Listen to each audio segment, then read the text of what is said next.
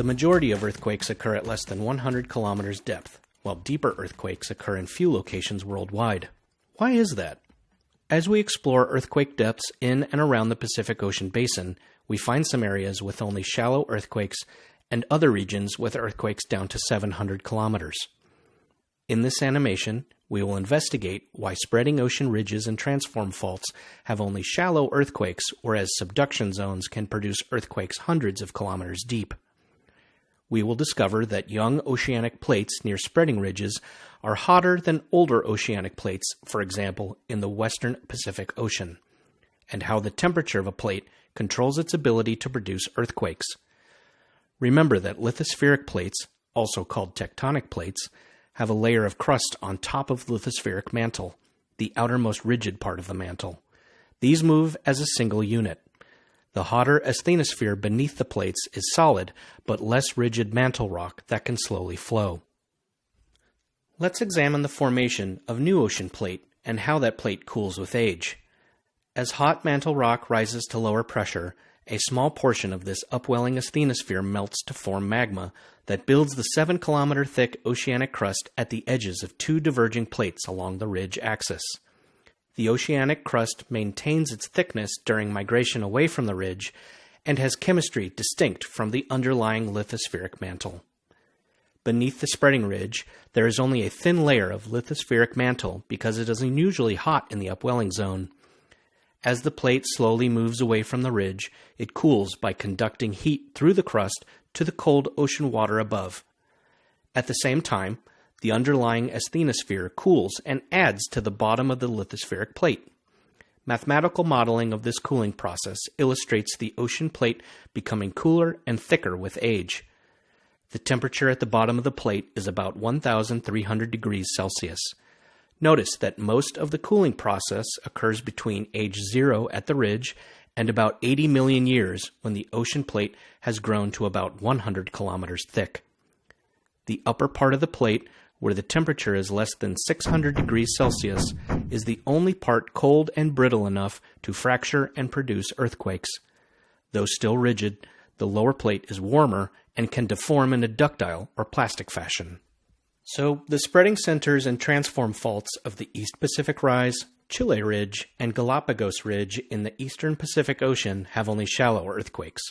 Similarly, in the Atlantic Ocean, only shallow earthquakes are found along the mid-Atlantic Ridge. Shallow earthquakes can occur at all plate boundaries, and even occasionally in the middle of oceanic plates. Now let's tackle the deeper question of how earthquakes can occur hundreds of kilometers deep in subduction zones. We'll start by considering a 30-million-year-old ocean plate, which we'll call a slab, subducting at 5 centimeters per year into hotter asthenospheric mantle beneath a continental plate. As the ocean plate subducts, the warming process takes many millions of years as the slab descends. The deeper part of it is continuously replaced in a conveyor belt fashion by cooler plate from above. Mathematical modeling again illustrates the temperatures within the subducting ocean plate. In this example, lithospheric mantle rock in the subducting plate at 150 kilometers depth is 1,000 degrees Celsius cooler than the asthenospheric mantle at the same depth. Earthquakes occur on the shallow part of the boundary between the convergent plates and within the shallow parts of both plates near that boundary. In addition, there is a zone of rock cooler than 600 degrees Celsius within the subducting plate that remains brittle and within which earthquakes can occur to depths of hundreds of kilometers. Let's explore 3 subduction zones that have progressively deeper earthquakes. Cascadia, with earthquakes to 65 kilometers depth, Central America, with earthquakes down to 250 kilometers depth, and Tonga, with earthquakes to 700 kilometers deep. Along the Cascadia subduction zone near Vancouver Island, the Juan de Fuca plate is only 6 million years old and subducts at 5 centimeters per year. Because it is very young and thin, Juan de Fuca plate warms quickly during subduction, so the upper portion of the subducting plate remains brittle and able to produce earthquakes to only 65 kilometers depth.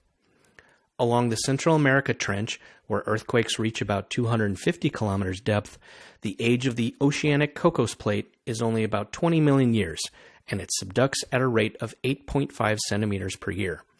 Because it is young, the Cocos plate is only 65 kilometers thick.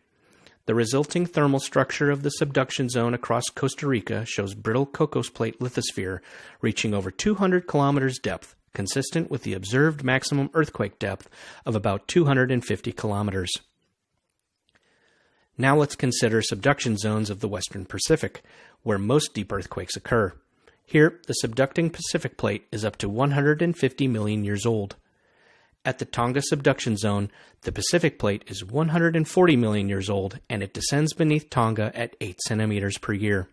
This old and cold oceanic plate is over 100 kilometers thick, and its interior tongue of brittle oceanic lithosphere extends to 700 kilometers depth.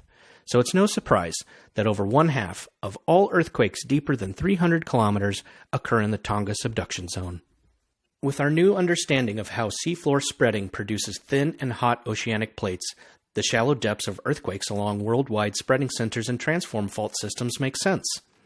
Variations in maximum earthquake depths from one subduction zone to another result from differences in age of the subducting plate and its rate of subduction. Old and cold oceanic plates that are subducting rapidly can reach depths of 700 kilometers with their interiors still brittle and capable of producing the deepest earthquakes.